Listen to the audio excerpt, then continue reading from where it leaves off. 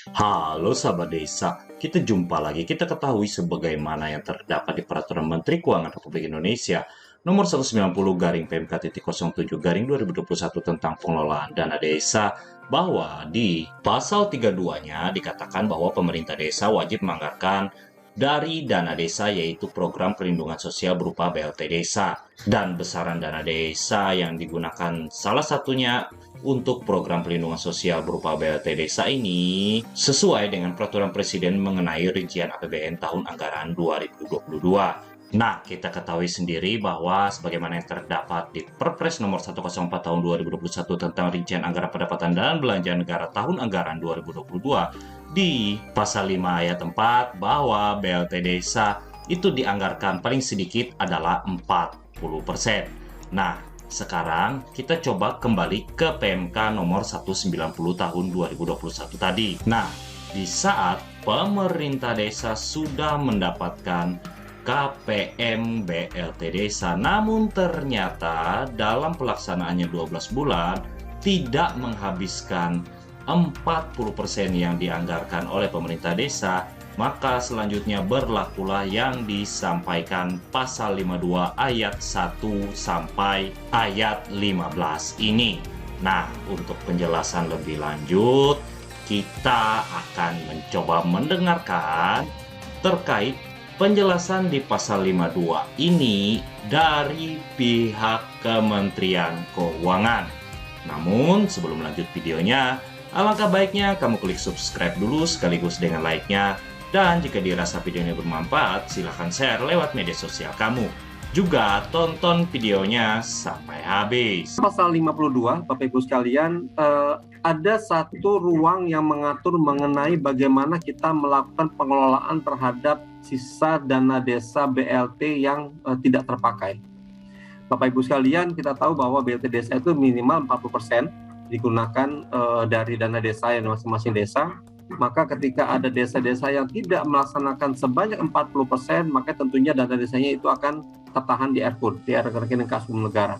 Nah, oleh karena itu Bapak Ibu sekalian, terhadap hal itu maka nanti akan ada satu konsekuensi di mana pemerintah dapat melakukan realokasi dana desa. Ya.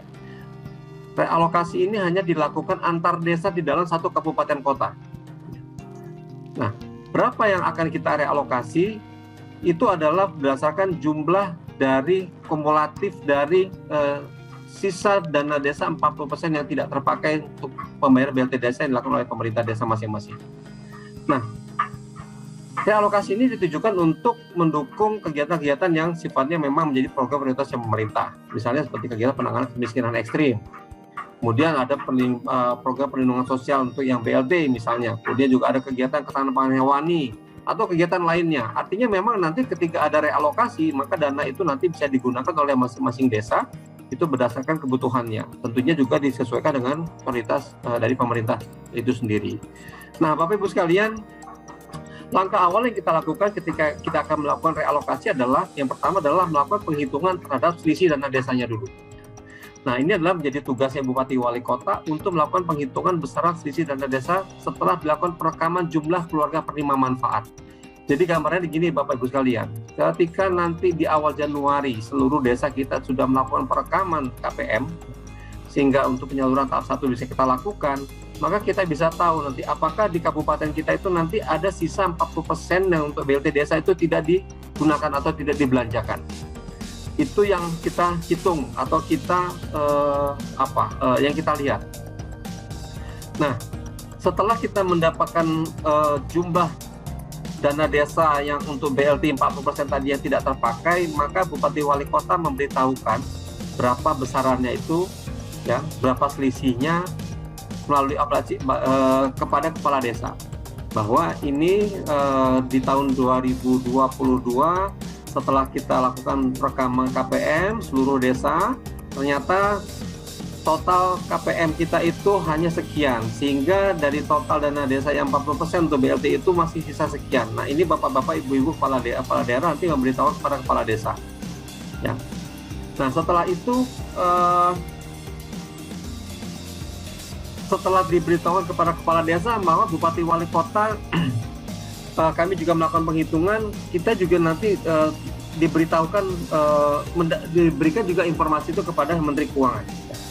Nah, kemudian nanti Menteri Keuangan akan menyampaikan data total dana desa sekabupaten atau kota yang tidak disalurkan ke RKD kepada Bupati Wali Kota. Nanti sama-sama kita hitung Bapak Ibu sekalian. Jadi Bapak-Bapak Ibu-Ibu, Bupati Wali Kota menghitung, kami juga akan lihat di dalam OSPAN berapa dana desa di Kabupaten A tadi yang tidak salur, ya, dana desa atau BLT ya, yang tidak salur ke RKD. Kita informasikan kepada Bupati Wali Kota. Nah, baru kemudian Bupati Wali Kota melakukan penghitungan atau melakukan simulasi exercise untuk melakukan realokasi dana desa kepada setiap desa yang ada di lingkungan Bupati Wali Kota, kabupaten kota yang bersangkutan, tidak kepada desa di luar kabupaten yang bersangkutan. Jadi uang itu muternya ada di dalam kabupaten yang bersangkutan atau kota bersangkutan saja Bapak Ibu sekalian. Nah, itulah nanti hasil penghitungan realokasi yang dilakukan oleh Bupati Wali Kota itu nanti yang disampaikan kepada Menteri Keuangan. Nah, Menteri Keuangan nanti akan menetapkan peraturan mengenai realokasi tadi. Jadi desa mana uangnya berapa, dialokasikan berapa, itu nanti ditetapkan oleh Menteri Keuangan. Jadi memang ini nanti lebih banyak nanti perannya Bupati Wali Kota untuk menentukan terkait dengan realokasi dana desa yang antar desa tadi. Nah, Bapak Ibu sekalian, itulah nanti yang dilakukan yang kita lakukan terhadap dana desa yang tidak terpakai untuk BLT desa tadi. Nah, Bapak Ibu sekalian, tapi ada kemungkinan nanti kalau misalnya ternyata bupati atau wali kota ketika melakukan penghitungan realokasi tadi itu tidak dilakukan atau tidak dilaksanakan oleh bupati wali kota, maka di dalam pasal 52 juga diatur mengenai kewenangan Menteri Keuangan untuk melakukan penghitungan. Ya, untuk melakukan penghitungan. Jadi, dasar realokasi itu nanti adalah yang pertama adalah hasil penghitungan dari bupati wali kota yang disampaikan kepada Menteri Keuangan.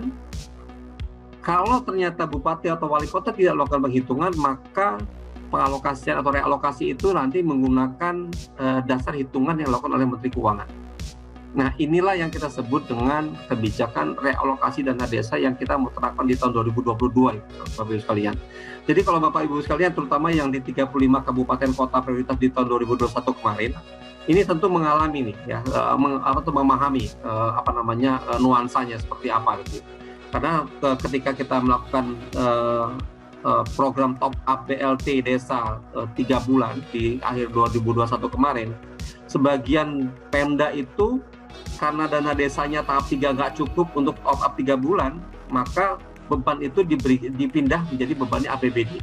Sementara di beberapa kabupaten juga ternyata APBD-nya juga sudah sangat sempit ruang fiskalnya, sehingga ada beberapa desa yang sebenarnya itu masuk dalam kategori kemiskinan ekstrim, warganya itu tidak mendapatkan bantuan top up BLT desa karena memang dananya tidak tersedia.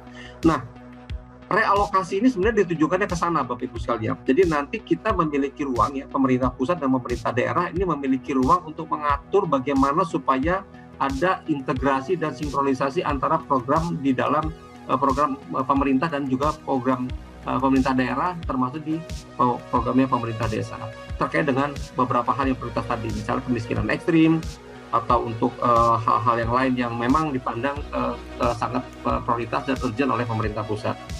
Nah, itu Bapak Ibu sekalian terkait dengan kebijakan realokasi dana desa di tahun 2022 yang merupakan ruang diskresi bagi pemerintah daerah untuk terlibat dalam penentuannya.